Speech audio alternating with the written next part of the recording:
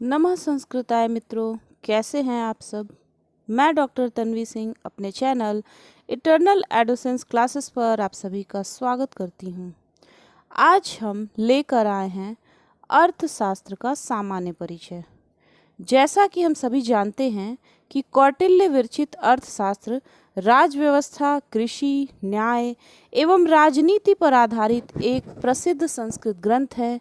इसकी शैली उपदेशात्मक एवं सलाहात्मक है। तो आज हम अपनी क्लास में अर्थशास्त्र, जो कि हमारे सिलेबस में है, चाहे वो हायर का एग्ज़ाम हो या नेट का एग्ज़ाम हो, तो आज हम अपनी क्लास में उसी को लेकर उपस्थित हुए हैं। तो हम स्टेप बाय स्टेप एक एक चीज़ को देखेंगे। हम अर्थशास्त्र का सामान्य परिचय देखेंगे, हम अर्थशास्त्र के रचनाकार के बारे में देखेंगे, फिर हम कौटिल्य के अर्थशास्त्र के बारे में थोड़ा डिटेल जानकारी प्राप्त करेंगे। इस वीडियो में मैं अर्थशास्त्र का सामान्य परिचय दूंगी। इसके बाद हम अर्थशास्त्र को श्लोकों के माध्यम से भी डिटेल में पढ़ेंगे, जैसा कि समय हमारे पास होगा। तो चलिए ज़्यादा समय न नष्ट करते हुए हम सीधे स्टार्ट करते हैं अर्थशास्त्र का सामान्य परिचय।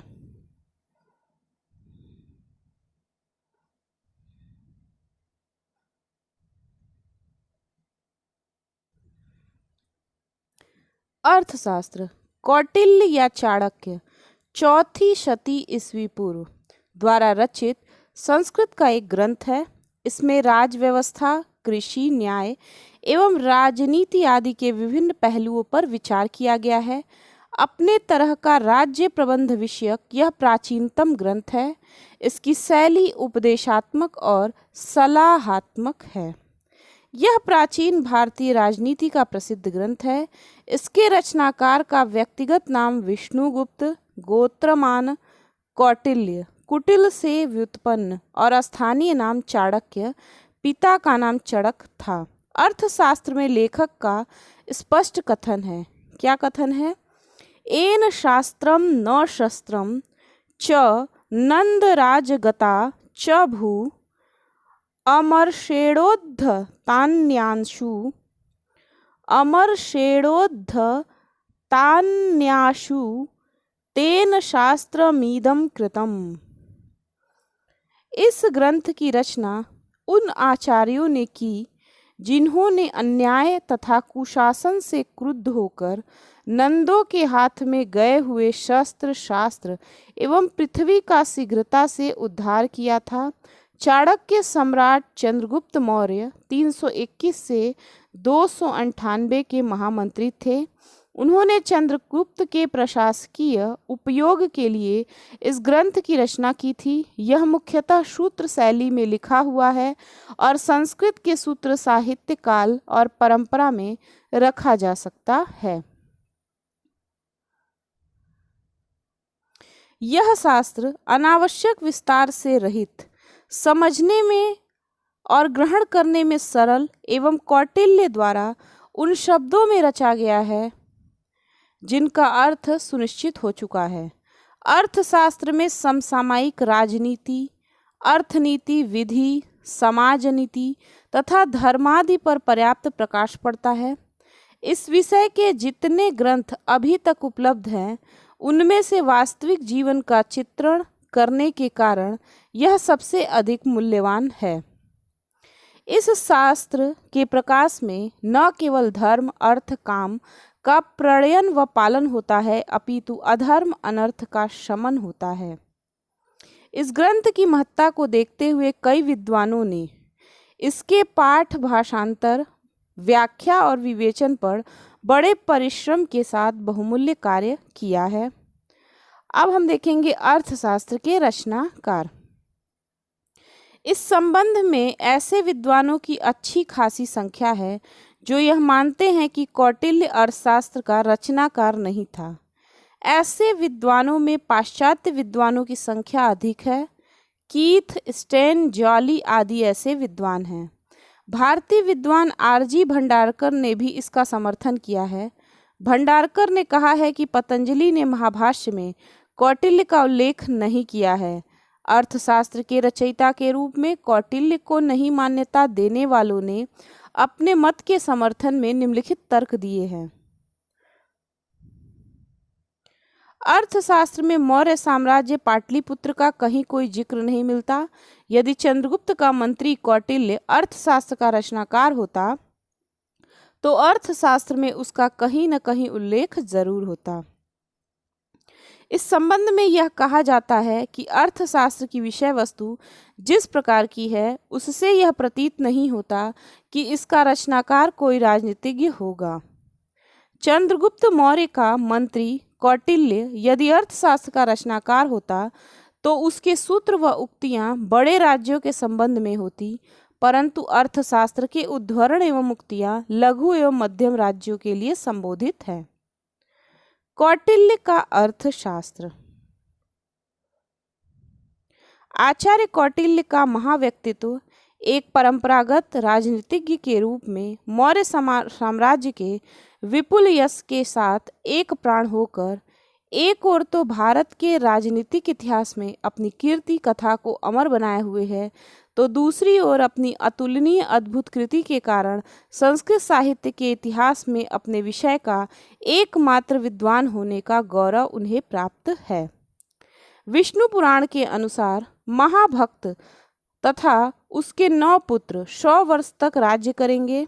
अंत में कौटिल्य नामक एक ब्राह्मण उस राज्य परंपरा के अंतिम उत्तराधिकारी नंद वंश का विनाश करेगा। नंद वंश के समूल विनष्ट हो जाने के उपरांत उसकी जगह मौर्य वंश के पहले प्रतापी शासक चंद्रगुप्त का कौटिल्य राज्याभिषेक करेंगे। उसका पुत्र बिंदुसार और बिंदुसार का पुत्र अशोक होगा। उपयुक्त पुराण विवरण से यह ज्ञात होता है कि मगध के राज्य सिंहासन पर पहले नंद वंश का अधिकार था और उसके बाद कौटिल्य के कौशल से मगध की राजसत्ता छीनकर मौर्य वंश के हाथों में आई। इस दृष्टि से मौर्य वंश की सत्यता पर आधारित आचार्य कौटिल्य के सही व्यक्तित्व को जानने के लिए उससे भी पूर्व मगध की शासन परंपरा को जानना आवश्यक हो जाता है। भारतीय इतिहास का उदीयमान नक्षत्र और मौर्य वंश के महाप्रतापी सम्राट चंद्रगुप्त मौर्य ने विष्णुगुप्त नामक एक अद्भुत कुटिल अति राजनीतिज्ञ ब्राह्मण की सहायता से मगध के नंद वंश को विनष्ट कर तथा शक्तिशाली यवनराज सिकंदर के संपूर्ण प्रयत्नों को विफल कर लगभग 321 ईस्वी पूर्व में एक विराट साम्राज्य की स्थापना की थी। इतिहासकारों ने इस साम्राज्य को मौर्य साम्राज्य के नाम से पुकारा। चंद्रगुप्त साम्राज्य क्षत्रिय वंश से प्रसूत था। लगभग 24 वर्ष तक मगध की राजगद्दी पर उसका एक छत्र शासन रहा। मगध की शासन परंपरा में नंद वंश और तदनंतर मौर्य साम्राज्य की प्रतिष्ठा के पश्चात आचार्य कौटिल्य का नाम आता है। उनका एक लोक प्रसिद्ध नाम चाणक्य भी है। चाणक्य का पुत्र होने के कारण उन्हें चाणक्य एवं कुटिल राजनीतिज्ञ होने के कारण उन्हें कौटिल्य कहा जाता है। वे दोनों नाम उनके पितृ प्रदत्त न होकर वंश नाम व उपाधि नाम है। कौटिल्य का वास्तविक पितृ प्रदत्त नाम विष्णुगुप्त था। कौटिल्य के इस विष्णुगुप्त नाम का प्रसंग आचार्य कामंदक के नीतिसार में उपलब्ध होता है, जिसकी रचना 400 ईस्वी के लगभग हुई। आचार्य कामंदक कृत नीतिसार के अनुसार पहले कौटिल्य ने अर्थशास्त्र की रचना की, दूसरा कामंदक ने नीति ग्रंथ का आधारभूत वही अर्थशास्त्र था, तीसरा कौटिल्य ने नंद वंश का उन्मूलन कर उसकी जगह मौर्य वंश को प्रतिष्ठित किया, चौथा यह कि कौटिल्य का असली नाम विष्णुगुप्त था। नीतिसार उसी विद्वान के ग्रंथ का आधार है जिसके वज्र में पर्वत की भांति अविचल अडिग नंद वंश को उखाड़ फेंका था, जिसने चंद्रगुप्त को पृथ्वी का स्वामित्व दिया और जिसने अर्थशास्त्र रूपी महाकवि से नीतिशास्त्र रूपी नवनीत का दोहन किया। ऐसे उस महामती विष्णुगुप्त नामक विद्वान को नमस्कार है। नीतिशास्त्रमितं श्रीमानर्थशास्त्र महोदये समुद्रधे नमस्तस्मै विष्णुगुप्ताय वेद से, कामंदकीय नीतिसार के प्रमाणों से नीतिसार। यह सुनिश्चित है कि अर्थशास्त्र का निर्माण आचार्य कौटिल्य ने किया। अर्थशास्त्र में समाप्ति सूचक एक श्लोक आता है जिसका निष्कर्ष यह है कि इस ग्रंथ की रचना उसने की जिसने की शस्त्र शास्त्र और नंद राजा द्वारा शासित पृथ्वी का एक साथ उद्धार किया। एन शास्त्रम न शस्त्रम च नंद राजगता च भू अमर्षेणोद्धृतान्यांशु अमर्षेणोद्धृतान्याशु तेन शास्त्रमिदं कृतम्। अर्थशास्त्र के इस श्लोक में वर्णित नंद राज द्वारा शासित राजसत्ता को विनष्ट कर उनकी जगह मौर्य साम्राज्य की प्रतिष्ठा करने वाले अद्भुत राजनीति विशारद आचार्य कौटिल्य ही अर्थशास्त्र के निर्माता थे।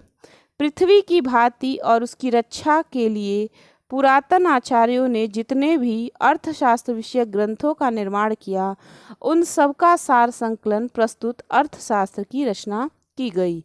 अर्थशास्त्र में कुल 15 अधिकरण है, ये आपको याद होना चाहिए। 15 अधिकरणों का नाम भी याद होना चाहिए। तो हम एक एक अधिकरण का नाम देख लेते हैं। प्रथमम विनयाधिकारिकम, द्वितीयम अध्यक्ष प्रचारो, तृतीयम धर्मस्थीयम, चतुर्थम कंटक शोधनम, पंचम योगवृत्तम, षष्ठम मंडलयोनि, सप्तम षाड्गुण्यम, अष्टम व्यसनाधिकारी,